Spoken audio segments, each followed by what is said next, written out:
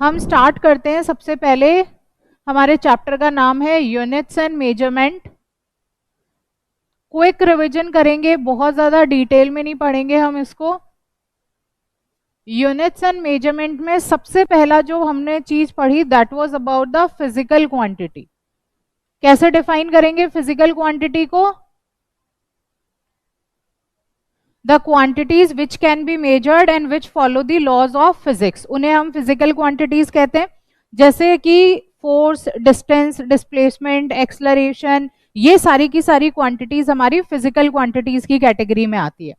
Physical quantities का अगर हम क्लासिफिकेशन करें तो we can simply say there is one fundamental physical quantity, fundamental physical quantity on the basis of dependency we are classifying them. और दूसरी कौन सी आती है हमारे पास में? Derived physical quantities. ठीक है, तो ये हमारे पास दो हो गई। Physical fundamental physical quantities independent होती हैं, these are independent, these do not depend on others। वहीं जो derived physical quantities होती हैं they are dependent physical quantities। अगर हम इसको on the basis of direction अगर define करते हैं, classify करते हैं, तो on the basis of direction इसका classification हो जाएगा scalars and vectors में। scalars वो quantities होती हैं which have only magnitude, while the vectors are the quantities which have magnitude as well as direction। और इसी के साथ they should follow the laws of vector। तो हम लोग कहेंगे कि वो किस क्लासिफिकेशन में आएंगी? वेक्टर के क्लासिफिकेशन में आएंगी। तो ये फिजिकल क्वांटिटीज हो गई। उसके बाद जब भी हमें किसी फिजिकल क्वांटिटी को रिप्रेजेंट करना होता है तो हम उसको कुछ इस तरह से रिप्रेजेंट करते हैं, Q is equals to NU, where Q is the physical quantity, N is the numerical value and U is the unit। कैसे हम इसको लिख सकते हैं? फॉर एग्जाम्पल मैंने कहा इलेक्ट्रिक करंट, तो इलेक्ट्रिक करंट एक फिजिकल क्वांटिटी है। मैंने लिखा 5 is a numerical value and ampere, this is the unit. तो this is how we will always write the physical quantities.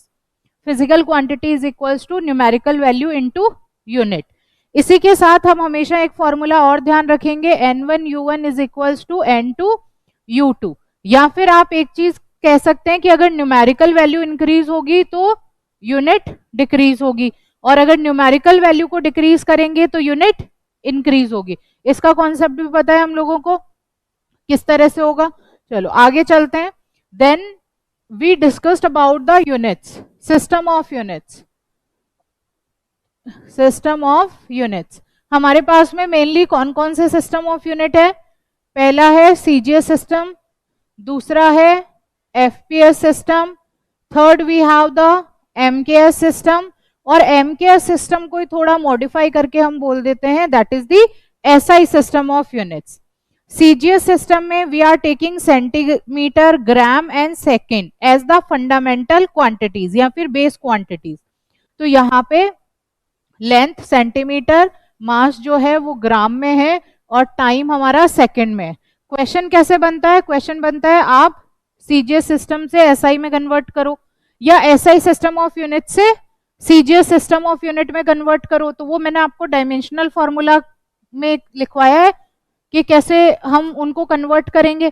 तो by using the dimensional analysis we can convert SI system into CGS and CGS into SI system. Devansh आप वो file देख लेना बेटा, उसमें कुछ examples भी करवाए मैंने, तो वहां से कर लेना, आपको ये वाली क्लैरिटी आ जाएगी कि how we will convert the system of unit. फिर भी नहीं समझ में आए तो एक बार अलग से पूछ लेना मुझसे। चलो एफपीएस में what we are taking, foot, pound and second. तो हमारे पास फुट, पाउंड एंड सेकेंड आ गया। एमकेएस में हम क्या लेते हैं? Metre, kilogram and second. SI system में कितनी फिजिकल क्वांटिटीज हैं टोटल हमारे पास में? We have the 7 physical quantities, 7 base physical या फिर 7 फंडामेंटल फिजिकल क्वांटिटीज को लेते हैं। पहली का नाम बताइए, लेंथ, दूसरी mass, third time, then temperature, then electric current, next amount of substance और next we have luminous intensity. ठीक है, तो 7 हो गई हमारे पास। लेंथ की एसआई यूनिट क्या होती है? मीटर। मास की किलोग्राम। टाइम की सेकेंड। टेम्परेचर की केल्विन। अब देखो, मैंने जब स्टार्टिंग में पढ़ाया था तो बहुत डिटेल में पढ़ाया था कि अब सीजीएस के क्या ड्रॉबैक है, इसके क्या है, कैसे है, फिर मीटर कैसे लिखते हैं, कौन सा कैपिटल कौन सा स्मॉल। अभी अपन ये सब नहीं करेंगे, बहुत ही जो मेन बेसिक चीजें होंगी उनको हम डिस्कस कर रहे हैं। बट एग्जैक्टली सारी थ्योरी इसलिए बताती हूँ, इवन आगे आने वाले चैप्टर्स में भी बहुत डिटेल में पढ़ाऊंगी, वो इसलिए क्योंकि उससे हमारे बहुत ही बेसिक्स क्लियर हो जाते हैं। बेसिक क्लियर होते हैं तो न्यूमेरिकल्स को सॉल्व करने में बहुत इजी हो जाता है। जब चैप्टर नंबर 2 पढ़ेंगे तो स्टार्टिंग में बहुत सारी एक्स्ट्रा थ्योरी बताऊंगी। एक्स्ट्रा इन द सेंस कि छोटे छोटे जो नाम होते हैं, जैसे पॉइंट मास क्या होता है, इनर्शियल फ्रेम ऑफ रेफरेंस क्या होता है, तो एक एक चीज को एक्सप्लेन इसीलिए करूंगी ताकि कभी आपके न्यूमेरिकल में ये क्वेश्चन ये आए लिखे हुए वर्ड, तो यू शुड नो कि इनका मतलब क्या होता है। नॉर्मली क्या होता है, अपन जल्दी जल्दी में सिर्फ जो इंपॉर्टेंट टॉपिक्स होते हैं वही पढ़ते हैं, बट मैं सारे इसलिए बताती हूँ ताकि आपको ध्यान रहे, थ्योरी भी पता रहे। चलो, इलेक्ट्रिक करंट का क्या हो जाएगा? Ampere. Amount of substance mole. Luminous intensity candle. ठीक है, तो these are the 7 base fundamental quantities और उनकी एसआई यूनिट्स हमने लिख ली। इसके बाद हमारे पास में आती है सप्लीमेंट्री यूनिट। सप्लीमेंट्री यूनिट हमने कौन कौन सी ली? सप्लीमेंट्री यूनिट्स में है आपके पास में, एक है radian which is the unit of plane angle, और दूसरी है steradian which is the unit of solid angle. बस सॉलिड एंगल वाली हम बहुत ज्यादा यूज नहीं कर रहे हैं, हम सिर्फ प्लेन एंगल वाली को कॉन्सेप्ट्स में यूज करते हैं। प्लेन एंगल में आपको जो 3 चीजें ध्यान रखनी है वो ये है कि 1 डिग्री में होता है π/180 रेडियन। दूसरा आप ध्यान रखेंगे, आपके पास में है 1 degree is equals to 60 minutes and 1 minute is equals to 60 second. बहुत बार क्योंकि हमें डिग्री को कन्वर्ट करना होगा रेडियन में, तो कन्वर्जन के टाइम में ये 3 चीजें हमको हेल्प करेगी and we will convert degrees into the radians. ये ऐसा यूनिट्स पढ़ने के बाद में हमने इनका कॉन्सेप्ट पढ़ा कि आखिर लेंथ है, तो लेंथ होती क्या है? लेंथ होती है किन्हीं भी 2 पॉइंट्स के बीच का सेपरेशन। तो अगर हमने एक पॉइंट ए लिया, दूसरा पॉइंट बी लिया, इन दोनों के बीच का जो सेपरेशन है that is known as the length, उसे हम लेंथ कहते हैं। अब जो लेंथ है इसका मेजरमेंट कैसे किया जाएगा? लेंथ का मेजरमेंट बिग यूनिट्स में भी होता है और स्मॉल यूनिट्स में भी होता है, दोनों तरीके से होता है। अगर हम छोटी लेंथ्स को मेजर करना चाहते हैं तो छोटी लेंथ्स में आपके एटॉमिक स्केल की बात करें हम, 10 to the power minus 15, 10 to the power minus 12, 10 to the power minus 10, 10 to the power minus 9, 10 to the power minus 6, 10 to the power minus 3, ये बहुत ही छोटे छोटे हैं जिनको हमें माइक्रोस्कोप या फिर बहुत ही अच्छी स्पेक्ट्रोस्कोपी का यूज करके देखना पड़ता है। लेंथ की यूनिट्स हैं, इसे हम बोलते हैं femto, this is pico, this is angstrom, this is nanometre, this is micrometre, this is millimetre. छोटी डिस्टेंसेस हमने इस तरह से मेजरमेंट कर लिए। बड़ी डिस्टेंसेस जो है, बड़ी डिस्टेंसेस हमारे पास कौन कौन सी है? फॉर एग्जाम्पल हमारे पास है astronomical unit, we have the light year,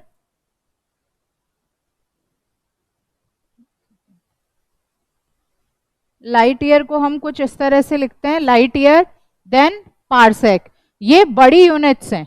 astronomical unit क्या होगी? सन के सेंटर से अर्थ के सेंटर तक का जो डिस्टेंस है दैट इज एस्ट्रोनॉमिकल यूनिट। कितना रहता है? 10 to the power 11 around metre around इसका डिस्टेंस होता है। Then light year, light year is the distance travelled by light in 1 year. एक साल में आप सोचो, लाइट एक साल तक चली जा रही है, चली जा रही है, तो बहुत बड़ी डिस्टेंस हो गई। तो जितने भी स्टार्स हैं, जो सेलेशियल बॉडीज है, उनको हम इन यूनिट्स में मेजरमेंट करते हैं, parsec, astronomical unit, light year. Light year is around 10 to the power 15 metre, इतना इसका रहेगा। पारसेक क्या होती है? पारसेक और ज्यादा बड़ी यूनिट होती है। पारसेक का मतलब है अगर हमने 1 मिनट या 1 सेकेंड यहाँ पे एंगल ले रखा है और 1 एस्ट्रोनॉमिकल यूनिट का ये आर्क ले रखा है, तो तो जो ये वाली डिस्टेंस होगी this will be equal to 1 parsec, ये 1 पारसेक के बराबर होती है। 1 पारसेक हमारे पास में ये है, ये 10 to the power 16 around metre के बराबर होता है। Then theta is equals to arc upon radius वाला फॉर्मूला आपको ध्यान रखना है, that is important. Parallax method जो है, पैरेलैक्स मेथड एक इनडायरेक्ट मेथड है। मेथड्स कौन कौन से हैं लेंथ को फाइंड आउट करने के? कुछ डायरेक्ट मेथड्स हैं, कुछ इनडायरेक्ट मेथड है। डायरेक्ट मेथड में क्या है, एक मीटर स्केल लिया और आपने मेजरमेंट कर लिया। अगर कोई छोटा है, बहुत ज्यादा एक्यूरेसी चाहिए, तो वर्नियर स्केल ले लिया, स्क्रू गॉज ले लिया, इनको हमने यूज कर लिया, तो ये डायरेक्ट मेथड हो गए। Indirect method are use for the long distances. तो लॉन्ग डिस्टेंसेस के लिए हमारे पास में एक होता है रिफ्लेक्शन मेथड। हमने क्लास 9th में एको के बारे में पढ़ा था कि साउंड गया, टकराया, टकरा के वापस हम तक आया, तो साउंड की एयर में कितनी स्पीड होती है वो हमें अप्रोक्सीमेटली पता है, साउंड की वाटर में कितनी स्पीड होती है वो भी हमें अप्रोक्सीमेटली पता होती है। तो हमारे पास में स्पीड है। चलो एक बार इसको इनडायरेक्ट मेथड्स को थोड़ा सा अच्छे से बता देती हूँ, क्योंकि आई थिंक रिफ्लेक्शन मेथड मैंने आप लोगों के साथ में डिस्कस नहीं किया। मैंने आपके साथ में डिस्कस किया था ट्रिग्नोमेट्रिक मेथड और पैरेलैक्स मेथड, ठीक है। तो डायरेक्ट मेथड में कौन कौन है, वर्नियर स्केल है, स्क्रू गॉज है और मीटर स्केल है। इनडायरेक्ट जो हमारे मेथड है लेंथ को फाइंड आउट करने के, इनडायरेक्ट मेथड्स, रिद्धिमा बेटा आपकी क्लास मतलब मतलब काफी सारा कॉन्सेप्ट है इसके अंदर जो मिस हो रखा है, थोड़ा सा मैं बता रही हूं बट फिर भी ये अलग से पढ़ना आप, है ना, ठीक है। इनडायरेक्ट मेथड में हमारे पास में वी आर हैविंग, क्योंकि अभी बहुत जल्दी बता रही हूं, धीरे नहीं बता रही, ट्रिग्नोमेट्रिक मेथड, ठीक है। दूसरा आपके पास कौन सा है, reflection method, reflection method, and next we have the parallax method. ये 3 मेथड है जो हमारे डायरेक्ट नहीं है कि हमने स्केल लिया, मेजरमेंट किया और बता दिया कि इसकी ये लेंथ होगी, हमने स्क्रू गॉज लिया, वर्नियर कैलिपर लिया और हमने लेंथ को बता दिया, तो ये डायरेक्ट नहीं है। मतलब इसमें हमें थोड़ा सा अलग सिस्टम यूज करना होता है। जैसे ट्रिग्नोमेट्रिक मेथड है, तो ट्रिग्नोमेट्रिक मेथड हमें क्या बताता है कि कोई भी डिस्टेंस हमें यहाँ से यहाँ फाइंड आउट करनी है, तो हमारे पास में एक सेक्सटेंट करके इंस्ट्रूमेंट होता है, उससे हम एंगल पता कर लेते हैं। भाई ये तो हमारा बेस है, मैंने कहा ये पर्टिकुलर हाइट हमें पता करनी है किसी चीज की, तो हम यहाँ से लेके यहाँ तक का जो डिस्टेंस है वो तो हम चल के जा रहे हैं, तो हम मीटर स्केल या किसी से भी मेजरमेंट किया जा सकता है, तो हमने वो मेजर कर लिया। फिर ये इसके साथ में कौन सा एंगल बना रहा है उसके लिए we are using an instrument, और वो इंस्ट्रूमेंट हमें ये वाला एंगल थीटा दे देगा। अब आपके पास में ये बेस दे रखा है, आपके पास में थीटा है, और आप क्या कर सकते हो, you can use the trigonometric methods, और आप यहाँ पे जो भी डिस्टेंसेस आपको फाइंड आउट करना है, sine theta, cos theta, tan theta, इनसे हम करते हैं वही perpendicular upon hypotenuse, base upon hypotenuse, फिर क्या होता है base upon perpendicular upon base. हाँ, तो ऐसे करके हम इनको ट्रिग्नोमेट्री से डिस्टेंसेस को, लेंथ्स को हम फाइंड आउट कर रहे हैं। दूसरा we have the reflection method. देखो रिफ्लेक्शन मेथड जो है वो मैं पहले डिस्कस नहीं किया था, अभी कर रही हूं। हमने क्लास 9th में एक कॉन्सेप्ट पढ़ा था एको का, साउंड में होता है ये, याद आया क्या कुछ आप लोगों को ऐसे नाम कि ऐसा कुछ पढ़ा था? किसी को पता है क्या होता है एको, क्या होता है? उसी को हम एको कहते हैं कि कोई हमारी, हमने एक कोई पर्टिकुलर, जैसे कुआं होता है, आप लोगों ने तो क्या ही देखा होगा, आप तो मतलब एक तो बहुत ही छोटे हो जब कुएं का टाइम ही चला गया है मतलब आप लोग जब जन्मे तब तक तो कुएं बंद हो गए थे, ट्यूबवेल स्टार्ट हो गई थी, तो मतलब टेक्नोलॉजी ज्यादा आ गई है, तो किसी ने देखा है वेल, आपने देखा है, बट अब कुओं के ऊपर अब क्या हो गए, वो सारी जालियां वालियां लगने लग गई है। हम जब छोटे थे तो ऐसे होता था कि कुएं ऐसे खुले ही पड़े रहते थे, अच्छा देख रखा है, तो उसमें ऐसे आवाज लगाते हैं तो खुद ही की आवाज वापस सुनाई देती है। हाँ, तो मतलब ऐसा होता है, आप लोगों के टाइम में तो अब नहीं है, जैसे अगर हम देखें तो खुले कुएं भी नहीं मिलते कहीं पे, और कुएं सारे भर गए हैं, सब ट्यूबवेल का यूज होने लग गया। पहले जब हम लोग छोटे थे तो कुएं ऐसे खाली होते थे और उसी में से पानी निकलता था, तो उसमें अगर आवाज देते थे तो अपनी आवाज वापस सुनाई देती थी। तो मतलब वो एको है, हमारी हमने कुछ आवाज लगाई, वो नीचे गई, टकराई, टकरा के वापस हमें सुनाई दे गई, तो इसे हम क्या कह रहे हैं, एको। एक रेवर्बरेशन भी होता है जिसमें मल्टीपल रिफ्लेक्शंस होते हैं, बार बार बार बार आवाज आती है और क्लैरिटी नहीं होती। एको में क्या होता है, कुछ कंडीशंस होती है। एको की कंडीशन होती है कि अगर देवांश यहां से चिल्ला रहा है जोर जोर से और यहाँ पे कोई बड़ी सी पहाड़ी है, तो देवांश और पहाड़ी के बीच में ना 17 मीटर का डिस्टेंस होना जरूरी है। ठीक है, अगर इससे कम डिस्टेंस होगा तो देर इज पॉसिबिलिटी कि मतलब हमें एको नहीं सुनाई दे। अभी मैं बोल रही हूँ, सामने मेरे दीवार है, लेकिन ये तो खैर साउंड प्रूफ है तो इसमें तो वैसे भी नहीं देगा, वो साउंड को एब्जॉर्ब कर लेगा। बट हम बोल रहे हैं कि ये हमारी क्या हो गई, पहली कंडीशन, कि जो भी सोर्स है और जहां से रिफ्लेक्ट हो रहा है उनके बीच में एक कंडीशन है, there should be a minimum distance of 17 metre या 17.2 मीटर का डिस्टेंस होना चाहिए। दूसरा, यहाँ पे हम कह रहे हैं कि ये कंडीशन के साथ साथ में कुछ टाइम पीरियड भी है, कि पर्टिकुलर टाइम में ना हमारा वो वॉइस वापस आ जाना चाहिए। अगर उस पर्टिकुलर टाइम में नहीं आया तो इसका मतलब फिर हमें वो एको सुनाई नहीं देगा। तो एक बार मैंने बोला और दोबारा बोल रही हूँ, जो सुन रहा है उसमें एक पर्टिकुलर टाइम पीरियड का डिफरेंस भी है। तो डिस्टेंस पता है आपको, टाइम पता है और स्पीड भी पता होती है, क्योंकि एयर में साउंड की क्या स्पीड है, लिक्विड में क्या है, सॉलिड में क्या है, हमें पता होती है। तो हम क्या कर सकते हैं, by using the reflection method we can find out the length.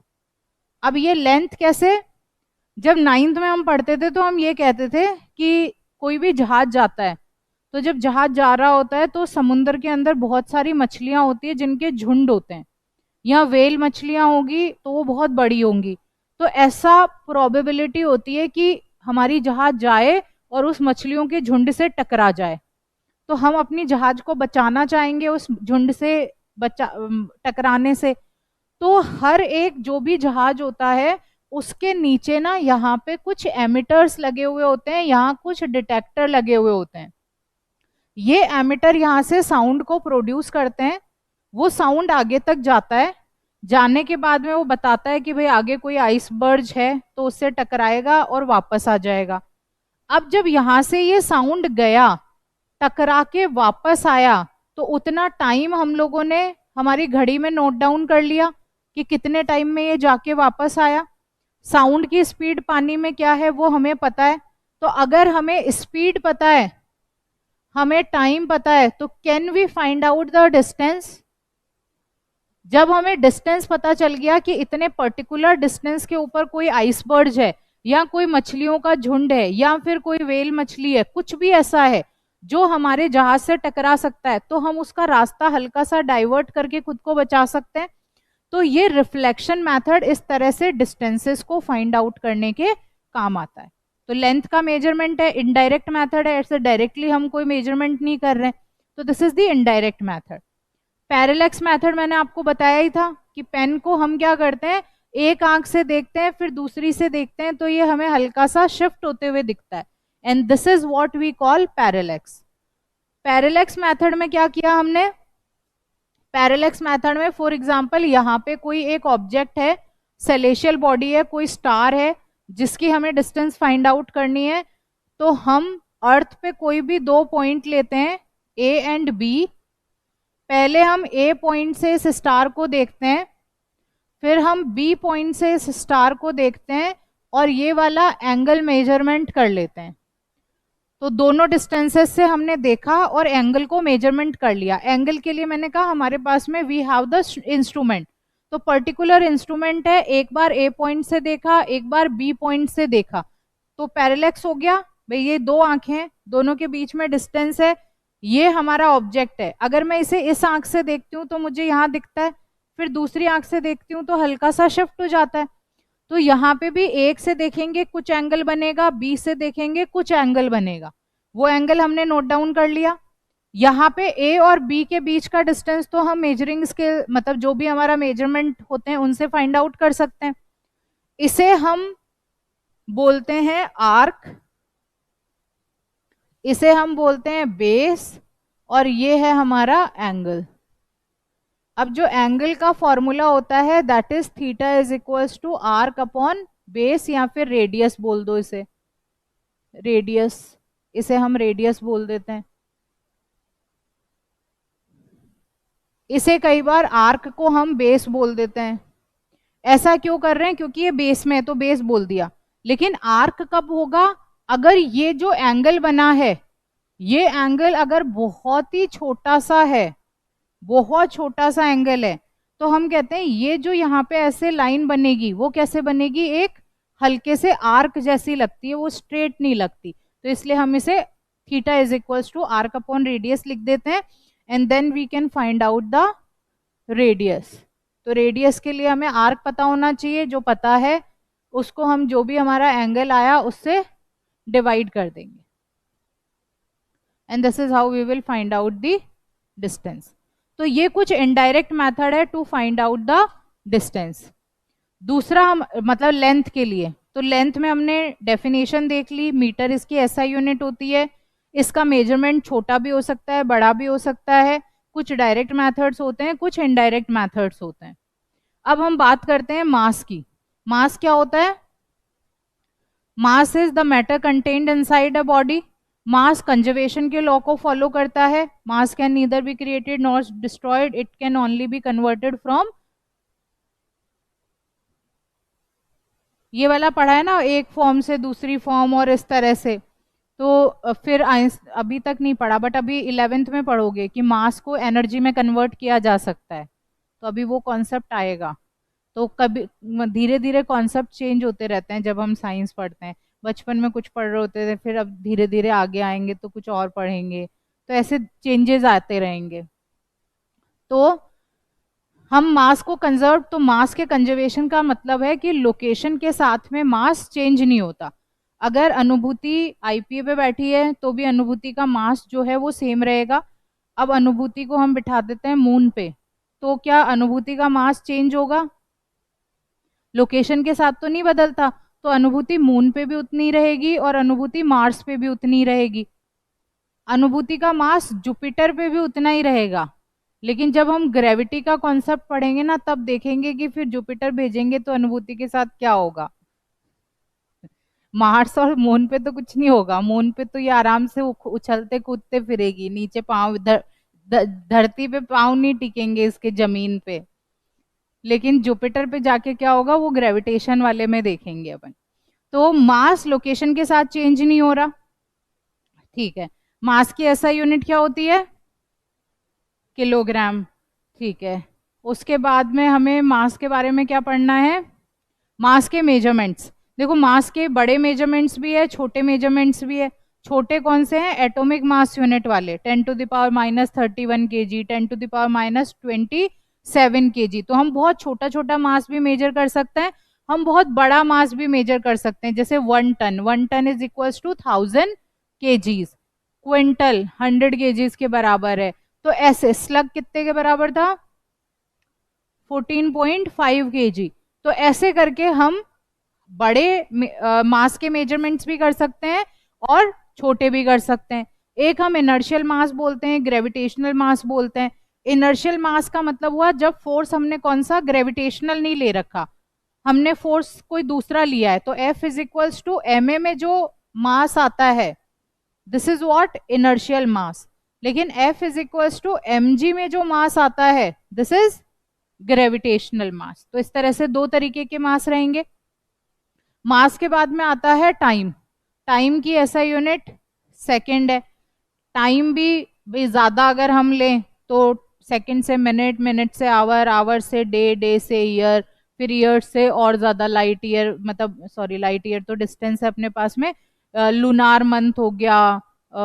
ये ईयर्स के बाद में, ईयर के बाद में तो आई थिंक नहीं है अपने पास में। ईयर्स के बाद तो वो डिकेड्स आएंगे, सेंचुरीज आएगी, ये सब हो जाएगा। तो ऐसे करके टाइम की भी बड़ी यूनिट्स है, छोटी यूनिट्स भी है, नैनो सेकेंड, माइक्रो सेकेंड, मिली सेकेंड। तो छोटे भी टाइम है, बड़ा भी हम मेजरमेंट कर सकते हैं, बस हमें कन्वर्जन आना चाहिए छोटे से बड़े में और बड़े से छोटे में। टाइम के बाद हमने पढ़ा टेम्परेचर। टेम्परेचर को नॉर्मली हम किस में मेजरमेंट करते हैं?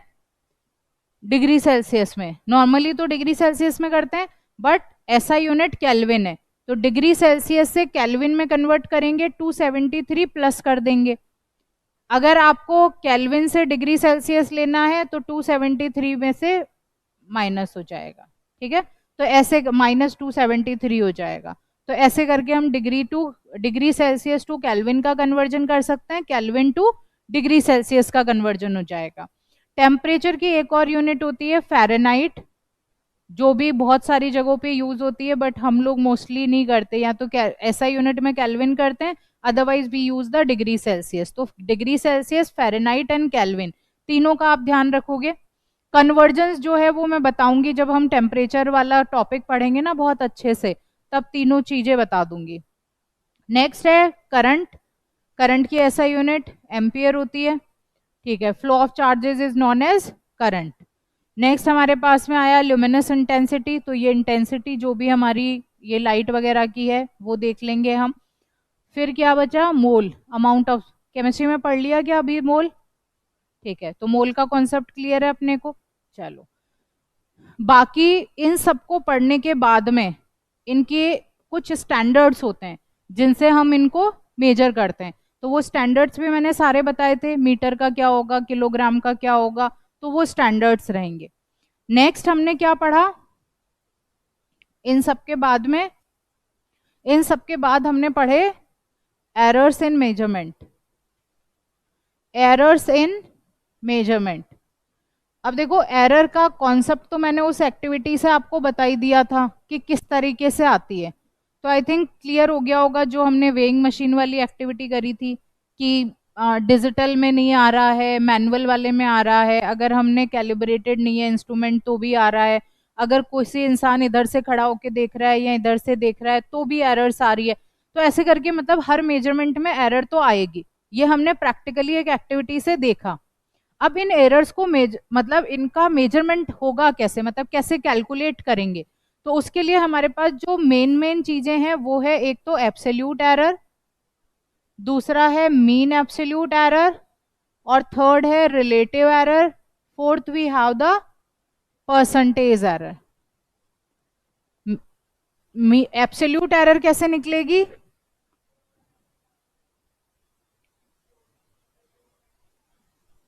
ठीक है, जो भी ट्रू वैल्यू माइनस जो हमारी मेजर्ड वैल्यू होती है, सबने करके देखा था, सब कर लेंगे ये चीज। तो true value minus measured value is absolute error. Mean absolute error कैसे निकालते हैं?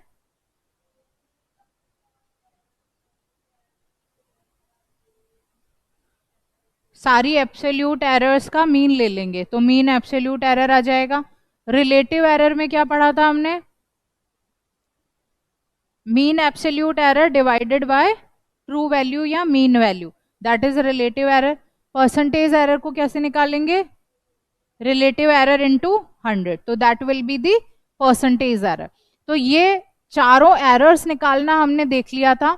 अब एरर्स के लिए ना कुछ रूल्स होते हैं, रूल्स जैसे एडिशन और सब्ट्रैक्शन के रूल है, या फिर डिवीजन और मल्टीप्लिकेशन के रूल है। तो उसकी पूरी टेबल आपको दे रखी है कि ऐड करोगे तो किस तरह से करना है, माइनस कैसे करना है, मल्टीप्लाई, डिवाइड, पावर में कुछ है तो कैसे करना है, हो जाएगा। वो टेबल लर्न कर ली सबने, तो वो सारे फॉर्मूले ध्यान रखना, वहां से आपका ये एरर्स वाला पूरा का पूरा कॉन्सेप्ट हो जाएगा। नेक्स्ट हमारे पास में क्या है? एरर्स के बाद सिग्निफिकेंट फिगर। सिग्निफिकेंट फिगर के रूल सबको पता है क्या है?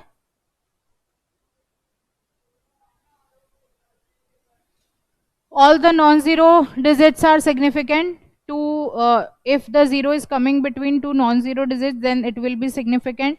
1 से लेस देन है अगर हमारी वैल्यू, तो जो भी डेसिमल के जस्ट राइट में आएंगे वो सारे के सारे इनसिग्निफिकेंट होंगे।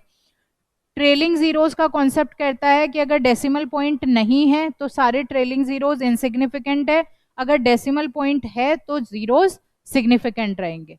सिंपल सा रूल था। अब सिग्निफिकेंट फिगर्स में भी हम लोगों ने क्या पढ़ा है?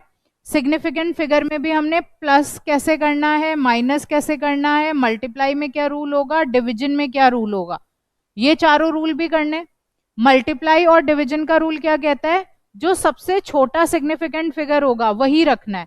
आपको कोई 4 वैल्यूज को मल्टीप्लाई करने के लिए दिया है, उन चारों में से जो सबसे छोटी सिग्निफिकेंट फिगर है वही हम एट द एंड आंसर में लिखेंगे। करा आप लोगों ने ये वाले क्वेश्चन, कोई डाउट तो नहीं है इसमें? ठीक है। डिवीजन में भी हम सेम करते हैं, उसमें भी कोई चेंजेस नहीं रहेंगे। डिवीजन में भी आप जो सबसे लीस्ट सिग्निफिकेंट फिगर होगा वही एट द एंड आंसर लिखोगे। प्लस माइनस में क्या यूज करते हैं हम सिग्निफिकेंट फिगर का रूल, डेसिमल के बाद में जो लीस्ट सिग्निफिकेंट फिगर वाला है अपना, मतलब डेसिमल के बाद में सिग्निफिकेंट फिगर 1 है तो हम 1 ही रखेंगे। अगर एक वैल्यू में 3 है, एक में 4 है, तो फिर हम कितनी वैल्यूज तक रखेंगे, 3 वैल्यूज तक सिग्निफिकेंट फिगर्स को लेके चलेंगे आफ्टर द डेसिमल। तो ये प्लस माइनस का रूल हो गया। सिग्निफिकेंट फिगर्स के बाद हमारे पास किसका रूल आता है, राउंड ऑफ का। राउंड ऑफ के लिए हमने क्या रूल्स पढ़े,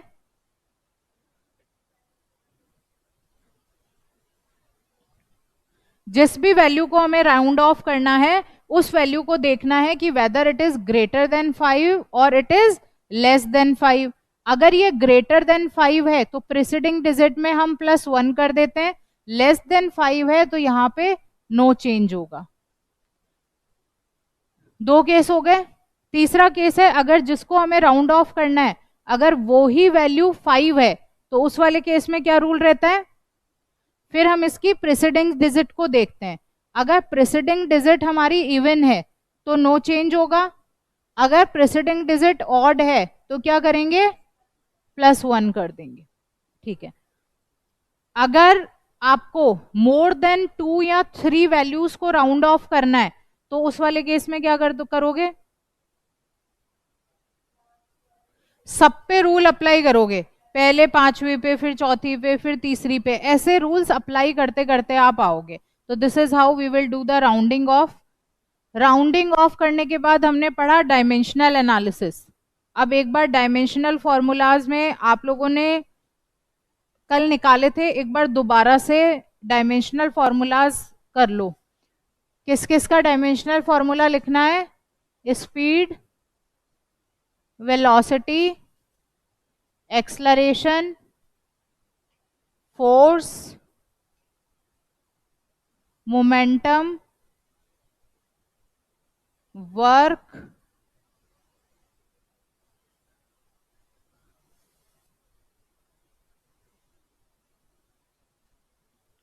कुछ आपके इक्वेशंस है जिनको आपको डायमेंशनल फॉर्मूला से इक्वेट करना है। ½ mv² = mgh, QAS = v² - u², v = u+at, s ut + ½ at²।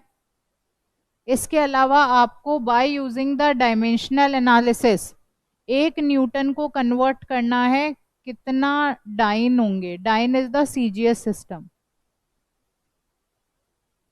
In 1 newton how many dynes will be there, ये सारे आपको खुद करने हैं। जब 50 लाख वाली गाड़ी को देखने जाते हैं तो वो बताते हैं कि भैया इसमें जैसे ही आप ब्रेक लगाओगे, पावर ब्रेक है, तुरंत गाड़ी रुक जाएगी, ऐसा बोलते हैं वो। तो मतलब फाइनल वेलोसिटी हमारी 0 हो जाएगी एकदम से और एक्सेलरेशन क्या हो जाएगा, नेगेटिव हो जाएगा, तभी जाके गाड़ी रुकेगी।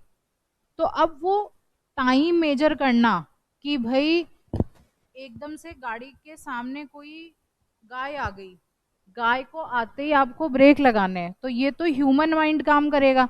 किसी का माइंड बहुत जल्दी काम करता है तो वो तुरंत ब्रेक के पाँव लगा देगा, किसी का जो ब्रेन है वो थोड़ा सा धीरे काम करता है तो वो क्या करेगा, 1-2 सेकंड का टाइम लेके फिर ब्रेक लगाएगा। लेकिन ब्रेक लगाने के कितनी दूरी तक जाके वो गाड़ी रुक जाएगी, और मतलब उसकी स्पीड अगर 60 है, 70 है, तो वो 0 पे आ जाएगी। तो एक में स्पीड है 60, 60 से हमें कहाँ लाना है, 0 पे।